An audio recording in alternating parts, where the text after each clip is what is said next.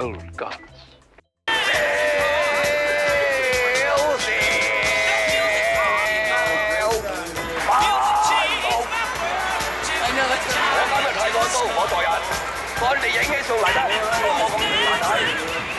Hi, and welcome to Madeline's Variety TV. Today is a hot show for you today because we're gonna dance. And we want you all at home to dance with us because it's party time. It's prom week. You know everyone's getting so drunk on the bubbly. Anyway, go ahead. This is our party.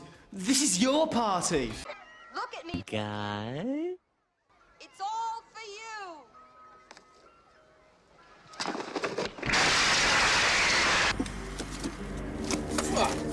Look at this shit. What is this doing in there? Faggot shit. No! What's all that racket in her office? Jealousy can really put a pow in powwow. Jealousy? Over you. Your talent, your face, your body. Oh, and what of my soul? Do I lose that here in Hollywood? It's the first to go, so come with me. Where to? North Carolina. There's a big film community there, and I need someone to direct me. That crabby hack is making zombie porno flicks, and I deserve better than that. I deserve you. You're an artist. Royalty from the old world. A world of style and wit, and I need you to direct me. In pictures, movies of prestige and power. Are you with me, brother? Give me your cell phone. That's not the issue. The issue is just whose choice. So obviously we just put out 12 videos for every song on this new album on YouTube for free. It's our choice. But I'm the birthday song, guys, and you're gonna be singing me until the day you die. Yeah, they're so damn handsome. We got to talk about the mastering.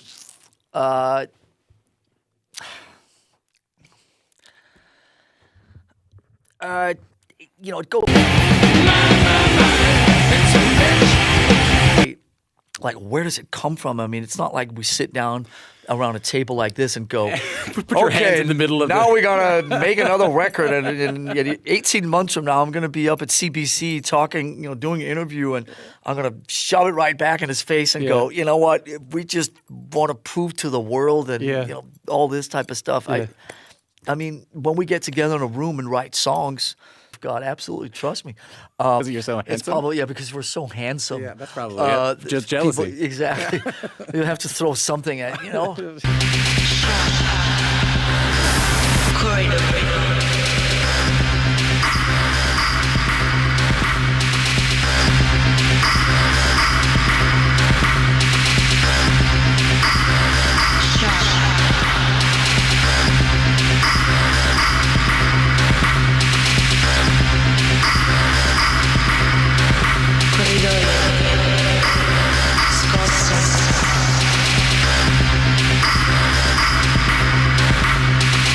Gossip, I think, is fascinating and interesting and totally justified. Every sort of gossip. Even if it's hurtful gossip? Yes. A lot of people who are mentioned in Private Eye often they say, it's not me who's being hurt, but it's my wife, or it's the kids I care about. It's really them. Well, it might not be just for all the family. I don't see... I would justify gossip. I love gossip, and I would think if I met somebody who denied that he liked or she liked gossip at all, I think I'd be meeting a liar. Because I think we all enjoy gossip.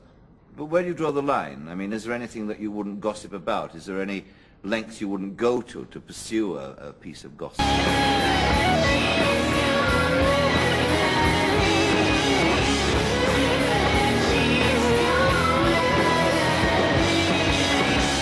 Well, things are kind of settled down, I mean, people want to hide behind lawyers and bullshit, that's what happens.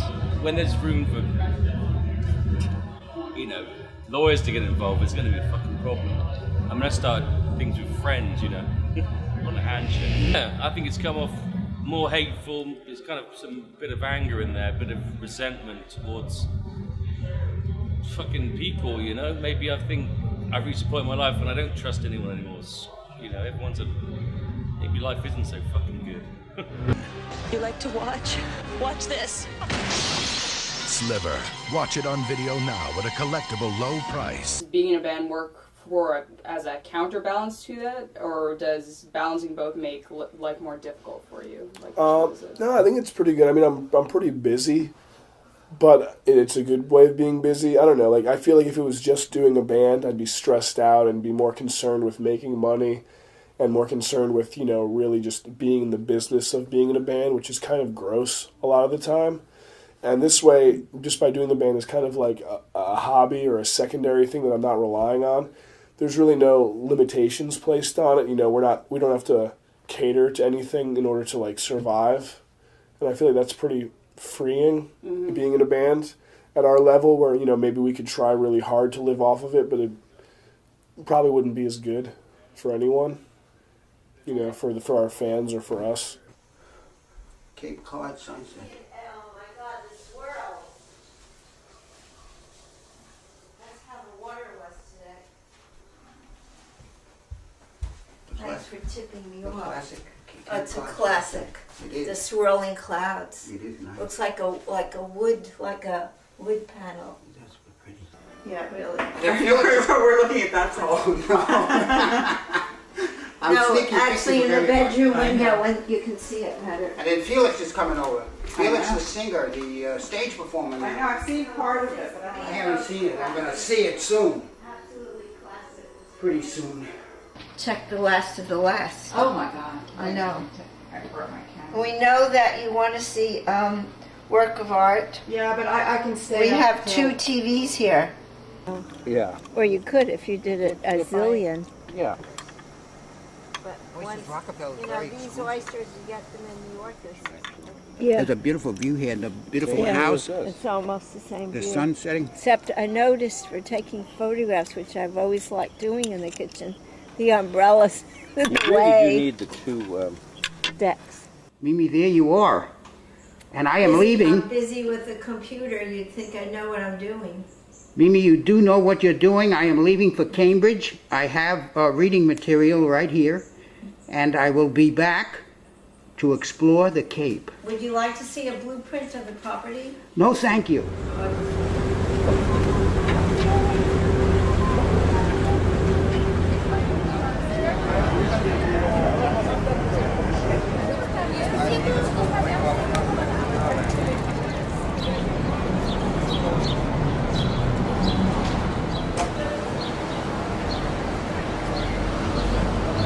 What's your name? Tony. Tony, okay, we can go into the Carpenter Center. Okay. To see the Devil's Cleavage. I hope you will survive the whole length of it, 3 chapters. A Nightmare in Cinema. Let's go in. The Devil's Cleavage is on tonight.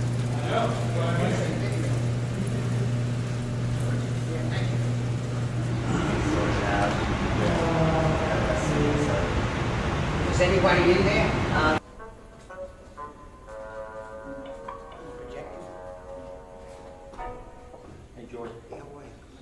You bring your lunch or supper? No, I ate supper. I ate very well. All right, a snack. It's a long picture. You're going to need it. And the barf bag.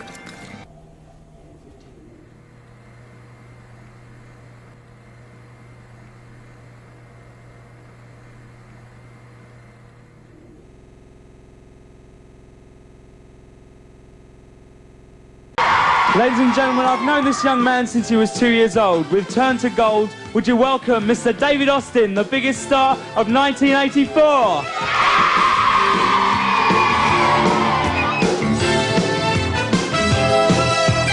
Catch me when you catch my eye. Scratch my back and watch me die. Shine a little light upon my soul. I'm anything you want.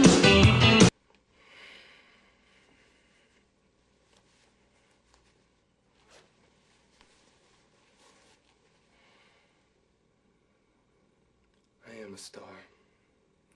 I'm a star, I'm a star, I'm a star.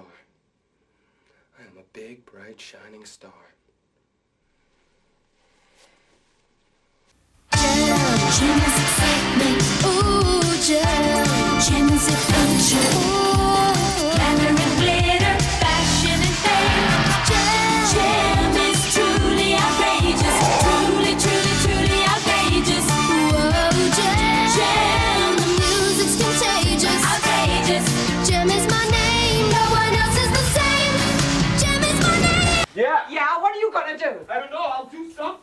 can't do anything. You're a loser. You'll always be a loser.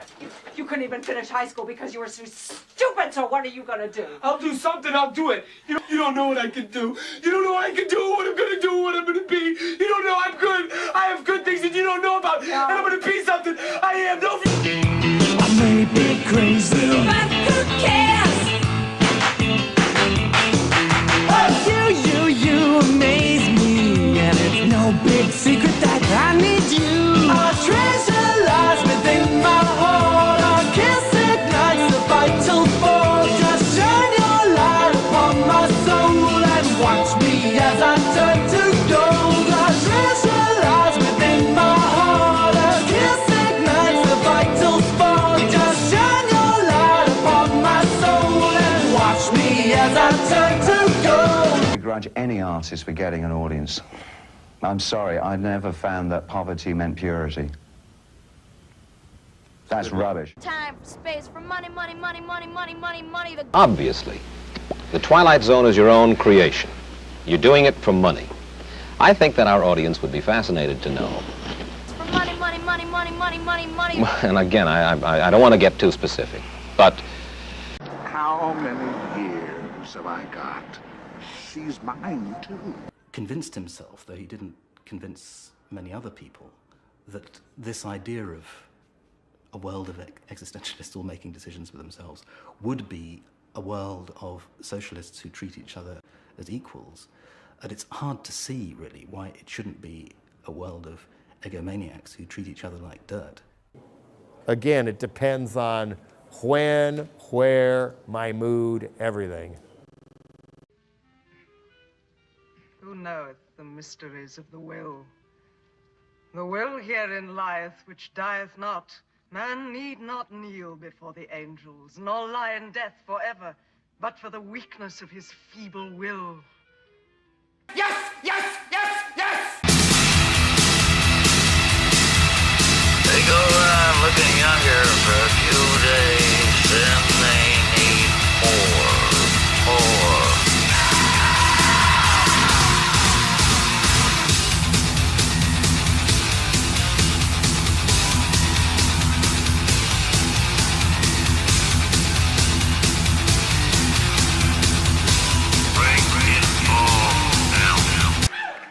Every commercial. Here's a commercial they'd like to do. If they could, they'd do it. Here is the ultimate television commercial, and we might see it one day yet.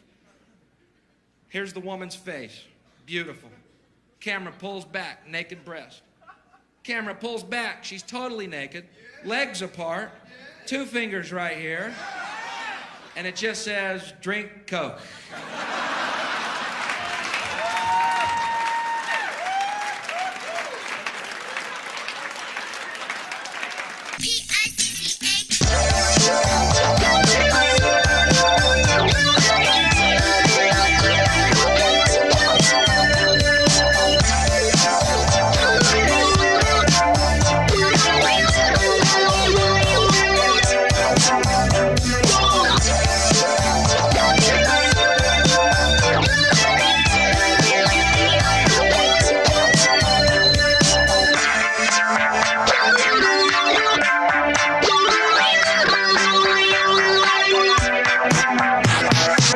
Iggy, you invented crowd surfing.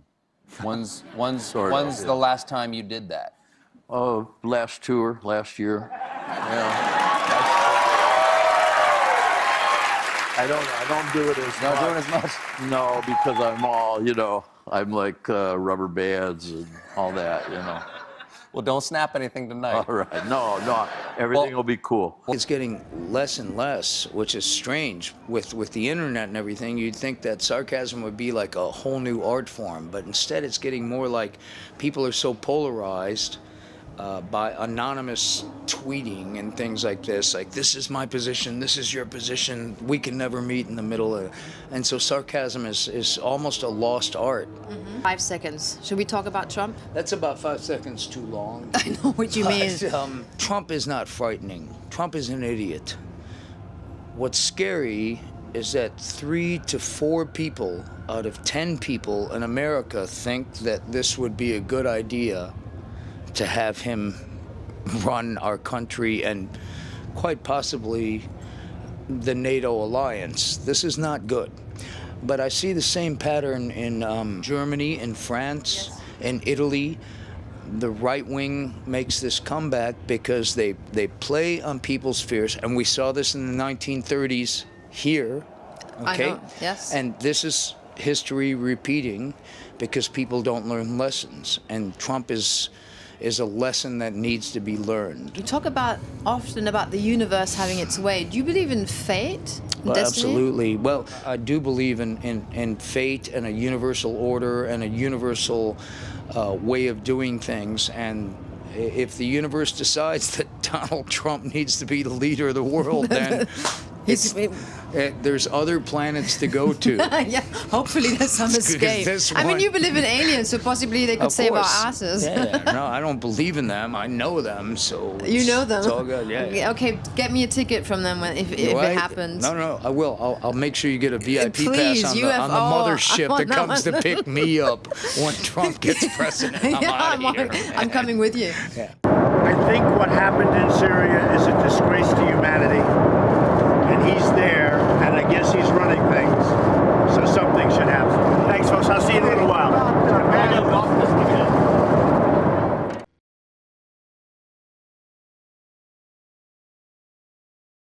What did you mean by transformation, Doctor?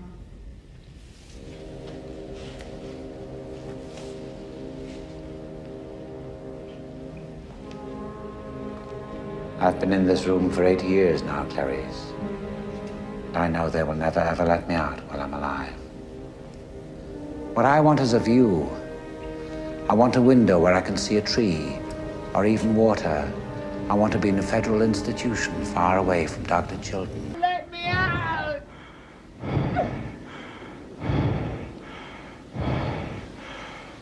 Don't touch me! Don't touch me! I depend on you. You're the only one who can help me. Don't you think I know that? Then help me. I need it desperately. Oh, Barnabas, leave me alone. Leave me alone, please, please. Julia,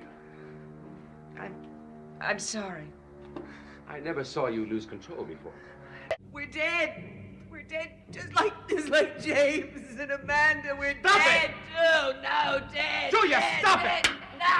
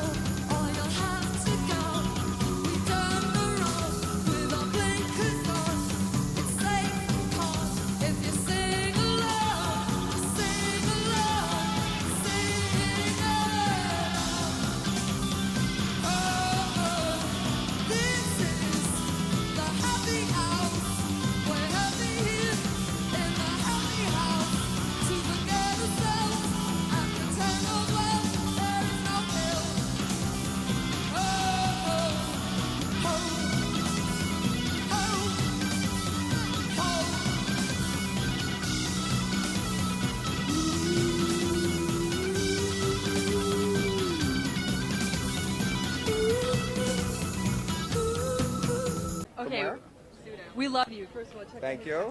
I can't see anything. Oh, that's a good one. All right, John Waters. Yes. Do you Do you really think that the world needs a movie revolution, and why? Well, I think in a movie theater it needs one. It's a comedy, you know. Do I think this is going to be wild in the streets? No, but I love that movie. What advice do you have to young people today for them to revolt? Oh, just think of something that will get on my generation's nerves. You know, put sex and violence in a new way that hasn't been done. Do you think that there's still an underground and it's relevant today? Yeah, I think there's a new underground that's better than anything. The new underground hates independent film, you know, and basically it couldn't be a better time for young people to make edgy movies. I mean, Hollywood's looking for them. When I started, they weren't looking for them. Now everybody's looking for the next weirdo movie from somewhere. What are things that you like that you think are promoting the revolution? Well, the cinema revolution is a fantasy. It's a joke, you know. If there was cinema unrest. Bill Murray is here. They've got a brand new cookbook, Bill Murray Cooking with Toast. Where'd you get the idea for this, Bill? I love toast. Make yourself comfortable in your own home. With bad lighting, I'll be happy to sign this. No, it's very ominous. And this is to you? Or just I'm going to sign keep that book because I'm going to read it. Better just sign. Then you can sell it on eBay. No, I've never sold any of the stuff you gave me. And you know, the guy that wrote this is a Provincetown guy, and I met him up here, John Ives, who wrote this. So. Oh yeah, you recommend I read that? Well, I bought it's it about already. me, so what do I know? You know, I mean, it has some stuff other books don't have in it. So yeah. All right, I didn't realize you were Catholic. Do you meet kids, young people today who have that same irreverent sense of humor, and how have they changed? I think they're having just as much fun being bad as I did in the 60s. I don't think we had more fun than they do. It's new. If you're a rebel today, you live with your parents, they haven't seen you in 6 months, they put food outside your bedroom door, and you're shutting down the governments of different countries on your computer. Right. That's how you'd rebel today. You'd be a hacker. Yeah. And I always say, I want a hacker boyfriend, except they have bad posture. Why is it still your home after all these years? You could live wherever. I get inspired there. You can do anything you want there. They don't follow you around. You can go out and be wild and nobody takes your picture. Really? Yeah. It is very hard not to begin to think that the world functions on that currency.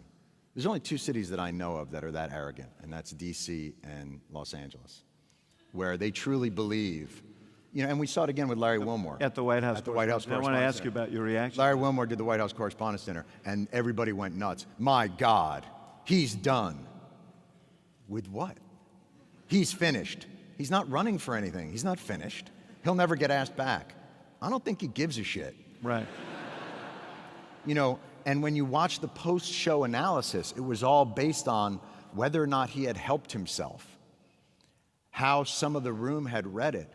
And not in any way... A little narcissistic there. But not only narcissistic, but in no way an examination of the foundation of what he was saying, which is, you are an incredibly corrupt and blinded symbiotic terrarium. Yeah, I don't understand why that message wasn't well received. Here's the thing. Not well received, not received. Yes. Possible of little seance visits. Seance, by the way, for anyone who hasn't been to France, is the standard film-going term for just a screening. The term means a seating, and in both the paranormal and the French movie-going sense of the word, it's a seating in the dark where you go to be enchanted by something you want to believe in something and then decide afterwards whether you were or whether you're angry. And so... You see man as a rather dismal creature. Why not? Look around. You'll see what's there. Fear. And frightened people kill what they can't understand. To have more skate witches in our gang. That way we could run all the whip boy skateboarders off the streets. But we have our standards. If you don't have a rat, you can't be one of us. I'm a fucking artist. I'm sensitive as shit.